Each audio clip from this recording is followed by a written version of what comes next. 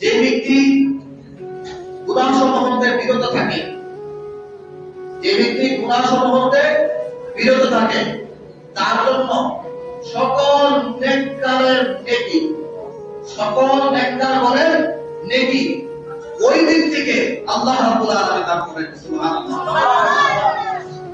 এখন ইতিকাফকারী ব্যক্তি কি গুনাহ করে? বলেন, ইতিকাফকারী যদি গুনাহ করে তার ইতিকাফ থাকে না। কথা বলে ঠিক আছে? ঠিক। ইতিকাফকারী ব্যক্তি গুনাহ করলে তার ইতিকাফ থাকে না। বরঞ্চ কথাবার্তা বলা, মসজিদের কথা বলা, বেহায়াপনা করা, বের হয়ে যাওয়া, মসজিদের চত্বরের বাইরে চলে যাওয়া, বিশেষ প্রয়োজন ব্যতীত এগুলি তারা ইতিকাফ থাকে না। আর ইতিকাফকারী ব্যক্তি যদি কি করে?